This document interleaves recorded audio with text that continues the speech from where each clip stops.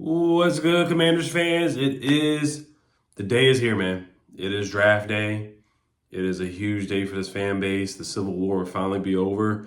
We'll see if the people who pre-ordered, who already ordered custom-made Jaden Daniels jerseys, if you did the right thing, according to Schefter and John Keim, and everybody believes that we are going to draft Jaden Daniels. Does he really want to be here? That's been the speculation with that that's been out in the air. So we'll see if that happens tonight. Drake May, who performed really well at Top Golf. Who cares about Top Golf? I couldn't care less about them going to Top Golf. I wasn't a fan of it, but it is what it is on that part. But yeah, it's a franchise-changing day. This is huge for Adam Peters, huge for the new ownership group, just huge for the fan base. We have to find a quarterback, and that is the biggest thing today. Is potentially getting a franchise quarterback today, whether it's Jaden Daniels or Drake May. Definitely not big on JJ McCarthy. I don't think he's terrible, but I just would not draft him. But it's so hard to talk about Jamin Davis because the most important thing today is the second pick of the draft. And the second most important thing is finding a left tackle, in my opinion. You got to find, whether it's today or tomorrow night, you have to find a left tackle. We're going to talk about Tyler Guyton just a little bit because there's been the report from Ryan Fowler and a couple other people have reported this about Tyler Guyton, that we're having strong interest in Tyler Guyton. So let's talk about Jamin Davis first. Let's talk about him first. And then the whole emoji gate with the agent, that was just ridiculous. I would have fired Ron Butler if I was Jaden Daniels. I really would have. I think he should be fired. I think he's unprofessional, having Twitter fingers. And I talked about this last night on my stream, but I don't want to get too off track. Jaden Daniels also had an interview today on ESPN where he did a good job answering questions. He just said he'll be happy wherever he's drafted, kind of like saying yesterday he's blessed to go wherever. And the guy asked him, did he want to play with Antonio Pierce? And he said, of course I would, but I'll be happy with whatever team wants me. It is what it is. And he already said he doesn't talk much. He's short answered. So be ready for that. Be ready for his interviews, guys. Be ready for his interviews. Be ready for him to be short answered and stuff like that. Short answers and just kind of a chill. He said he's a guy that doesn't talk much. So we'll see how that goes. So just be prepared for that. If he is our quarterback, and just kind of how he answers questions and different things like that. So be prepared for that. So yeah, let's get to Jamin Davis first. So Jamin Davis, man, I like his game. 6'4", 234, just hasn't panned out. 19th pick of the draft. Could have drafted Christian Darrisaw on that draft. We needed a left tackle. We had, did we have Cornelius Lucas? We had, I want to say we had Lano at the time, if I'm not mistaken, but we definitely needed a left tackle. We needed a young guy that could come in and play well, either to develop or just play a young left tackle, in my opinion, and just beefing up the offensive line. And that's something that Ron Rivera just really failed to do. But Jamin Davis, they brought him in to be a Mike linebacker, a middle linebacker. These are two former linebackers that evaluated this position. They ended up drafting. They chose to go with Jamin Davis, the military background. So he was relatable. He was related. Ron could relate to that. And that's something he liked. He liked positional flex, military brats, military connection. Shout out to all our troops and all the people who serve. But that's what Ron really, really looked for character-wise and in a player. That's what he really looked for. And Jamin Davis caught his eye in that Zoom meeting or top 30 visit that they had, one-on-one meetings. And he loved that. And Jamin Davis was, he showed off the speed. Allegedly, he had a 4.3 40-yard dash, which was really like a 4.4 4.5, which is good. And you see the speed when he plays, man. When he just pinning his ears back, getting to the quarterback. I think that's when he's best. You see the forced fumble on Russell Wilson. Got an interception on Desmond Ridder against Bijan Robinson. That was huge. He just made he made more plays last year. 3 sacks. I think last year might have been his best season, honestly. You see him rushing after Jalen Hurts, rushing after Pat Mahomes in that one game where he tracked him down. So he's shown some flashes of what he can do. 2 forced fumbles last year, four pass deflections and 1 interception and 3 sacks. So Dan Quinn talked about using him differently as well. But yeah, if you're going to decline Chase Young's 5th-year option, then there's just no chance that Jamin Davis was going to get his 5th-year option picked up. And, he's a solid player, but he just has not done enough. He stayed healthy for the most part, too. 16 games, 13 games. Then, of course, the car stuff, speeding, going 70 in like a 35-mile-an-hour lane or like 90 or something ridiculous, being involved in a car crash incident. So just a lot of things. And then he avoided jail time, but, he's like, I forgot what the judge ruled, but, on probation, stuff like that for just the speeding and negligence and different things like that, reckless driving. Good thing he didn't end up like Rashi Rice or Henry Ruggs and guys like that. So that's just the concerning part about that, you know. And I don't think he's a bad guy, but he just has to calm down with the speeding. It's just, you know, he just can't do this. Saw what happened with DeShazier Everett in that incident as well.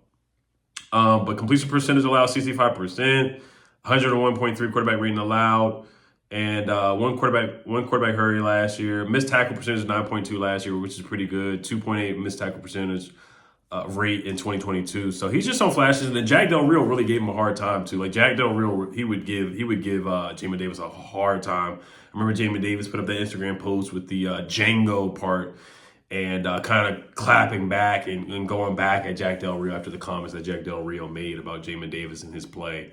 So yeah, they gave him a hard time. Like they really would give Jamin a hard time. But I think him just pinning his ears back, rushing the passer, Dan Quinn just having to rush the passer and not think too much.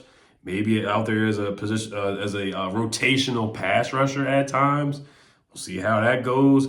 Maybe that will be the best out of him. That will get the best out of him. Him playing next to Bobby Wagner, Frankie Louven. They're not playing around. They really attacked the linebacker. Even the guy Michael Walker that we picked up from the Steelers, he's had experience, and he probably would have been a starter with the linebacker cores that we had with Ron Rivera. So they really have upgraded the linebacker position. They really have attacked it, and they're not picking up Jamin's fifth-year option. We'll see where he goes next year. I don't think they're going to bring him back. If I had to make a guess, I don't know if they're going to bring him back after his season next year, unless he really makes plays and is really impactful, where ball is life for him. So, like I said, I like Jamin. I think he's a good guy, good person, all that good stuff. Went to Kentucky, plays hard. His improved every year. The more that he hasn't had to think, or when he's had to think less, he's done better. So that's just my take on Jamin Davis.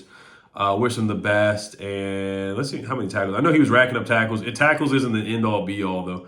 104 tackles 2022 and 89 in 2023.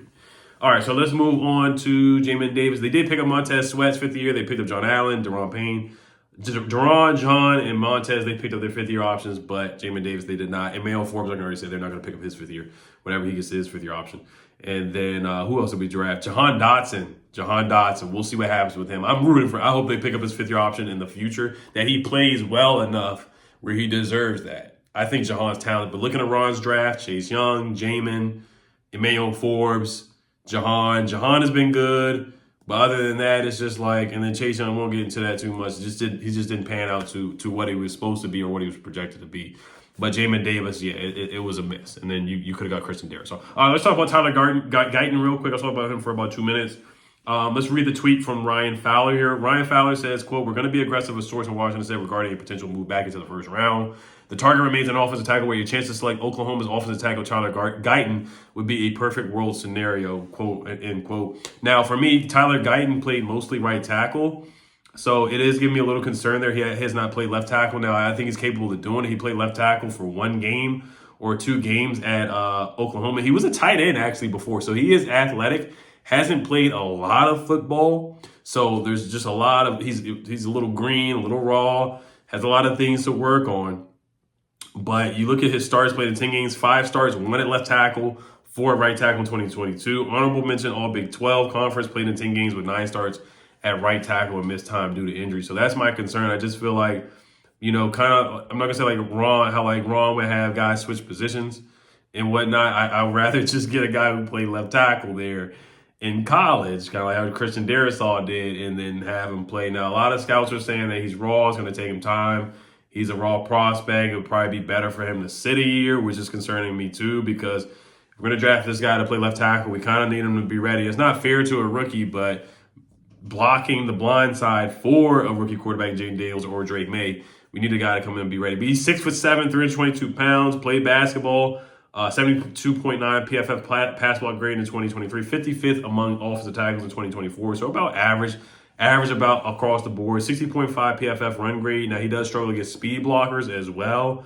Long arms, 34-inch arms, 9.70 relative athletic score. Had a 34.5-inch vertical jump, which is super athletic. It's like 90th percentile for a guy his size. But I'll just read what Dan Bruno said about him. Guyton is a work in progress in several areas and a steep learning curve. Should be expected for his rookie season, but he has the athletic tools and fundamental skills to develop into a high-level offensive tackle. He has the talent to play left or right tackle, although his comfort level is cleared on the right side. So that's my concern. You already had Andrew Wiley at the right tackle position. You got Cornelius Lucas at the left tackle position. And, you know, kind of just bringing a guy who really needs to develop and who is really a right tackle is definitely questionable. It's questionable to me. Amarius Mims, if he's there, if you move up to get him, he probably won't be there. If you move to like pick 26 or whatever, then you're probably going to have to get guys like Jordan Morgans of the world and guys like that. As long as he stays motivated and healthy, he will continue on an upward trajectory. So that's the write-up on him. Other people are iffy on him, and just everybody keeps saying it's going to take a year for him to develop, and he may not be ready to play right now. Dale Jeremiah says, when you start looking up at the tackles at the top of the second round, that's almost a little bit of a no man's land. I think I would keep an eye on a name like Jordan Morgan. He would probably factor into there. Teams are a little split on Tyler Guyton from Oklahoma. We've had him in mock drafts and assume he's going to go up there because he's talented. He's really talented, but he's raw. He's really talented. That would be one that maybe there's a chance he would slip out of the first round. I think Amarius Mims is gone. I think all those other tackles are gone. So where we're at, if we move up into that spot, it is going to be tough. It is going to be tough. It is going to be somewhat of a no man's land. So, all right, you guys let me know what you guys think about Tyler Guyton. Is that somebody we should definitely try to move up for? Or is there another tackle to take a look at? I know Patrick Paul would be available in the second round. Jordan Morgan, other guys like that. So, let me see some other guys that we could definitely take a look at, like Jordan Morgan and some of those other guys. So, all right, you guys let me know what you guys think. I'll see you guys tonight after pick number 2. I may go live a little bit. We'll see, but I definitely will be making a video. Hail to Commanders. What's the new hashtag? Rise Hail or Hail Rise? Hail Rise, left hand up. Hail to Commanders. Peace.